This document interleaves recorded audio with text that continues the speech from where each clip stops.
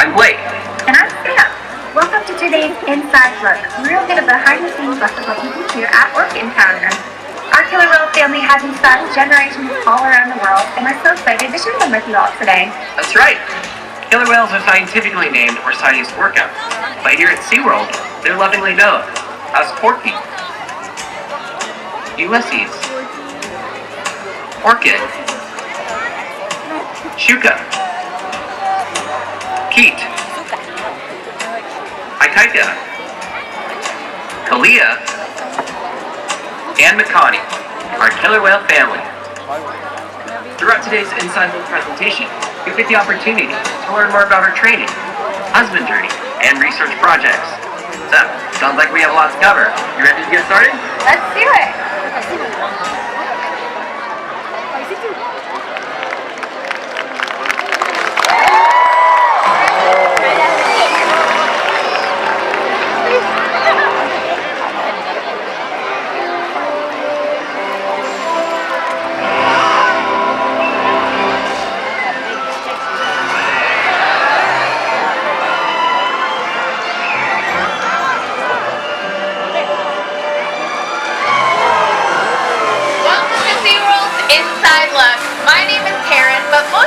I'd love to introduce you to some of the whales you're going to meet today. So they're making their way out to the center. We have one of our females and one of our largest males. You guys can give them a big wave back as they wave to you with their flukes. Everyone say hello to Keet and Orkid. Now these next two whales are some of our most athletic and spunky females. They're going to give you a big wave on either side of the pool. Once again, you can wave back to them. Everyone say hello to Shouka and Kalia. Now, we interact with all of our whales every day in a variety of different ways. Right now, some of our trainers are going to make their way down to the glass to have a fun play session with our killer whales while we show you all about all of the different types of sessions we do at SeaWorld.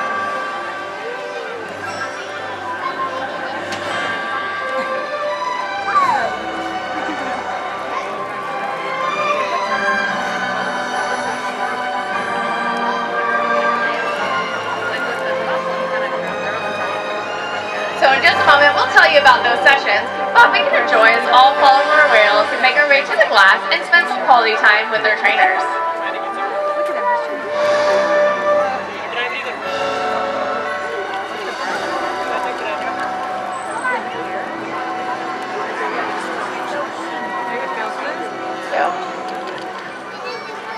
So closest to us here on my left, this is going to be Ashley and Keet. Ashley and Keet have been working together for a little bit over a year now. So they have a pretty good relationship, but something that Keet really seems to enjoy is tactile. So in just a moment, you'll see Ashley has a little scrub brush with her. It's a very soft bristled brush, and a lot of times some of our whales actually enjoy that tactile stimulation on their skin.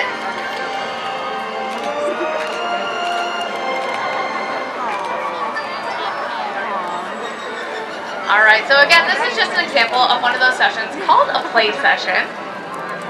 And hopefully we'll be learning about all those other sessions here. It looks like our sound booth is working on that. So it's a great inside look about how we put our presentations together here at SeaWorld. Now on the screen and over to the far left is going to be Sam and Shouka. One of the most important parts of our job is making sure that no 2 days are exactly alike for our killer whales. The best way that we can ensure this type of variability is by utilizing an acronym called HELPERS. Each of the letters inside of HELPERS represents a different type of session that we can do with the whales. For example, H stands for husbandry. Now husbandry is arguably the most important letter in HELPERS because it revolves around the animal's health care and well-being. For positive reinforcement, we can ask a variety of different behaviors to maintain their health care. For example, we can do a full body examination, get their body temperature, and even clean their teeth, which we do 2 times every single day. Exercise is just as important for our killer whales as it is for you and I to stay physically fit. All of those incredible high-energy behaviors that you see in our Orca Encounter presentations, for example, are actually all really important to help keep our whales physically fit. All of those bows, spine hopping, tail whipping, and porpoising behaviors that you see all aid in the physical shape of our killer whales. Learning sessions are my personal favorite because this is where we get to actively engage and train all of the amazing behaviors that you see in all of our different types of presentations. These animals are highly intelligent and not only need physical stimulation, but lots of mental stimulation as well. Every interaction with our whales is an opportunity for them to learn something new, and it's up to us to keep their brains active and stimulated throughout the day. Play and enrichment go hand in hand. It can not only be reinforcing for our whales, but also for us as their trainers. This is a great way for us to build that relationship and have lots of fun together. Playtime sessions can involve giant whale-sized toys, novel enrichment, and even live fish that we can put into their habitat for the whales to enjoy. Relate sessions are one-on-one personal time and moments between whales and their trainers. Relate sessions can look different for each whale and every trainer. Spending quality time with our whales is a great way to build a trusting relationship and provide world-class care to our family of killer whales. Finally, the S stands for scientific research studies. Several of our animals have been active participants in many different research studies that have aided the wild counterparts out in the open ocean. The whales are currently participating in cardiovascular studies, a lung health study, as well as a hearing study that focuses on reducing noise pollution out in the open ocean. Not only are these studies great for conservation, but are great cognitive challenges for the animals. The HELPERS acronym allows us to make sure that every day is fun and different for our amazing family of killer whales. Now that we've learned about all the different types of sessions we can do here at SeaWorld, right now you're going to get an inside look to what we call a husbandry session, that first letter that we saw there. So once again, a husbandry session is anything where the animal actually actively participates in their own health care. So with Shouka here right in front of us and her trainer Sam, we're actually going to be doing a voluntary water drink behavior. Now that might sound super weird to you guys, but believe it or not, killer whales actually don't drink any water. They live in salt water and they can't drink that just like you and I. So they actually get all their hydration from the fish they eat. But here in a zoological setting, we can actually train them to drink fresh water. So Sam's got a big old jug of fresh water there right in front of her. And in just a moment here, she's going to do some steps and ask Shouka to drink that water just as she pours it into her mouth. So they can also get a variety of different forms of hydration here. So one of Shouka's favorites is going to be snowball. But let's watch her. She just goes ahead and swallows that water. That's pretty incredible, right? And let's see if we can get it all. Yep, one more little. Oh, very nice. Everyone, let's give it up for Shouka. That was pretty incredible. And like I was saying, there's a variety of different ways we can get them extra hydration here. Shouka in particular really loves snowballs. Some of our whales really love giant ice cubes. And because they don't really have taste buds like you and I, things like ice and snow is actually really fun, different texture for them that they really seem to enjoy here as another form of reinforcement. Alright, so our next husbandry session we're going to be working on is going to be Keet. So Keet is one of our large adult males. He's actually kind of neck and neck with our 3 large males at being one of the biggest. So they kind of shift that every couple months or so. But what you guys are going to get a chance to see is how we measure them. So for our adult whales, we actually measure them every quarter. And we pretty much measure every part of their body. So their dorsal fin, their pectoral flippers, and even their total length. So that's what we're going to be doing just today. So we have this big old tape measure, and we're going to ask him to put his body in a position where he's comfortable, and we're going to basically just measure him, just like it sounds, but you guys will get to see that firsthand. So Caitlin has this really fancy contraption. Looks like a little picker-upper. That's exactly what it is. So basically that just helps us with it being an extension of our arm to reach out to these big, large whales. So Keet hovers right around 10,000 pounds. So today we're going to get to see how long he is from the very tip of his rostrum. So Caitlin here is going to start at that rostrum. Once we get him right in line. Alright, so we got that tip down. Now I'm going to assist and go down to his belly button.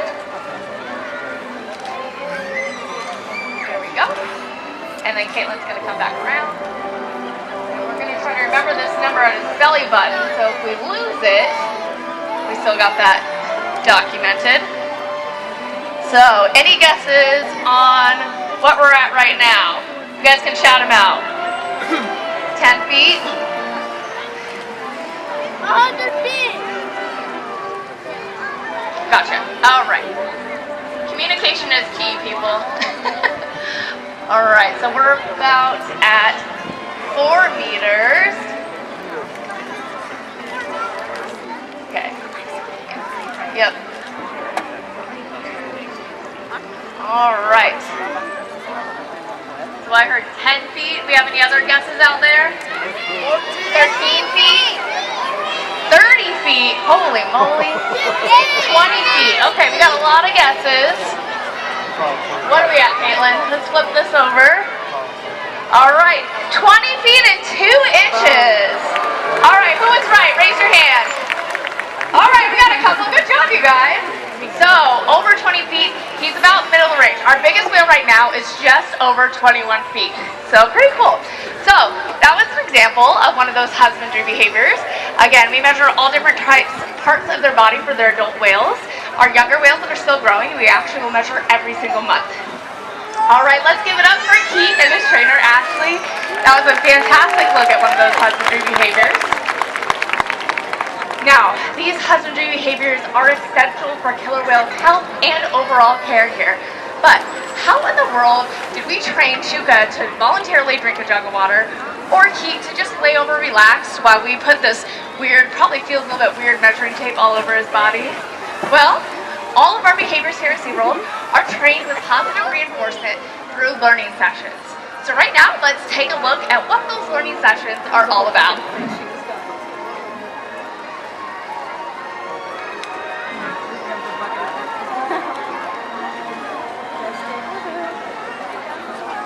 One of the most common questions we get asked here at Orca Encounter is, how do you train a killer whale?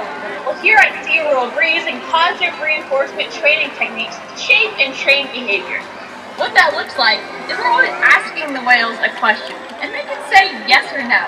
So all our presentations and sessions are entirely voluntary. Almost all the behaviors you'll see today are created by the whales themselves. We then add a hand signal to have the whales do that specific behavior when asked. Each hand signal correlates to one specific behavior. For example, we're training the whales a jump, or what we call a bow. The hand signal for that behavior is a check mark across our body, looking like this. When we first begin training that behavior, we have the whales touch the end of their face, hold their rostrum to the target. We then have the target pull higher and higher out of the water until eventually all they need is the hand signal. Check it out!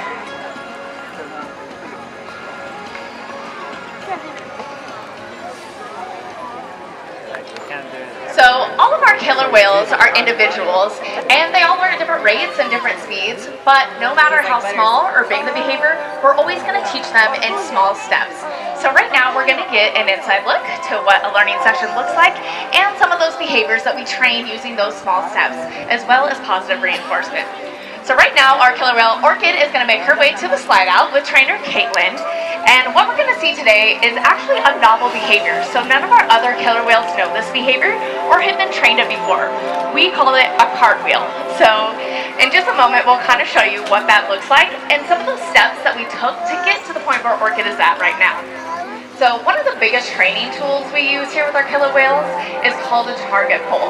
So you'll see that in just a moment. It's a long pole with a skinny little bead right at the top. Kind of looks like a little Q-tip. Well, a big Q-tip for us. But from a very young age, one of the first behaviors we teach them is to touch their rostrum, just like Orkid is doing now, to that bead. And that helps us as an extension of our hand. So we can help train these really huge animals some amazing things. So right now, Caitlin and Orkid are just demonstrating how you can use that target pole to ask Orkid to come up higher, to stay still, maybe to go to the left or right. Basically, wherever that bead on that target pole moves, we're asking Orkid to move that way with her rostrum following her body. So some of the first approximations we took in that cartwheel is what Caitlin's going to show us. So essentially, we kind of want her to rotate to her side. So again, we're going to ask her to come up, touch that bead, come back down, kind of build up that momentum a little bit. So she's going to come up a little bit higher. Whoa, and kind of turn over to the left. But you guys can see how she followed that target pole over to where Caitlin was moving it. That's the exact behavior we want, and that's why, if you might have heard it, Caitlin blowed her whistle. The whistle communicates, yes, that's exactly it. So Orchid knows she's on the right track. So we're going to take a little approximation, or again, one of those small steps to kind of build on that movement. So, and because Orchid is doing fantastic, Caitlin, once again, is going to reinforce her with some fish. Again, that's one of our reinforcements called primary. But again, our whales love a variety of different things like ice, snow, big cubes, maybe to go see another trainer across the way. So something a little bit different and stimulating for her. Alright, so now that Orchid has moved on from those smaller approximations with the small target pole, Caitlin has got the big old target pole. Now Ella is sending the SD or signal from stage, and hopefully we're going to see a bigger version of that cartwheel right in front of us. So she's going to do a little bow. That helps her get all the way down to the bottom of the pool to really get that speed and momentum built up. So she can come up, touch that bead all the way on the water. Wow, that was incredible. All right, you guys, let's give a round of applause for Orchid. That was pretty cool.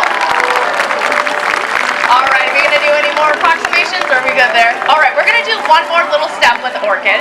So we are fading the target pole down. So now that we think that she's got it, she's on the right track. She might not need that target pole anymore. So we're going to try it with just the signal. And now Caitlin, instead of the target pole, she's going to use a snowball to help her. So the snowball is ideally going to tell Orchid, okay, I want you to do that same exact thing, but I want you to do it right here. And that's what she's going to use that snowball for. So again, we got that little jump over the side. Orchid's making her way all the way to the bottom of the pool, picking up speed, picking up power. Watch where that snowball came, and here she comes. Woohoo! All right, Orchid! All right, let's give her another big round of applause. That's pretty cool, right? So Orchid is definitely one of our most agile and athletic whales, so she really thrives off of fun, energetic behaviors like that. But some other behaviors we can teach them don't just simulate their bodies, it also simulates their mind as well. So one of the next behaviors we're going to be showing you is a little bit of a mental challenge for these whales, and really fun to train ourselves. So we have Shouka, what is learning a search and find behavior. So kind of similar to like hide and go seek that you might have played with kids. So we're doing a very small approximation on the stage. So Sam gets the signal to go find a trainer. And she's going to pop up, she found trainer I. So that was a very small step. She can see I, she knows she's right next to Sam. So that's a very small step that we'll start with. Like, hey, go find a trainer. Look, she's right over there. We give them a little bit of help. And then they get that bridge whistle telling them, yes, that's it. And then they get some kind of reinforcement, which in likely hopes to increase that behavior happening again. So this time, I is going to go hide a little bit farther. You guys might see her little jaunt across stage there. Let's see where she's going to hide if we can see her. Okay, she's going up and over the stairs. I see some feet behind there. Oh, there's I. Okay, she's coming all... Okay, she's on the porch. She's giving me a nice wave. Do you guys see her? Okay, we're going to see if Shouka can see her. So she was given the signal, go find a trainer. Let's see if she can find her. I think this might be a little easy. Let's see. Oh, she's looking. Oh, did she spot her? She got her! Very good. So this is just another example of those small steps and how we build on them to get the final behavior that we're looking for.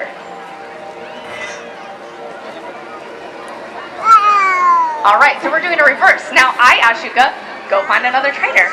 So she's going to do a search, kind of similar to a same approximation or small step that we just did, but in reverse. So another way to kind of challenge her to see if she really gets this concept.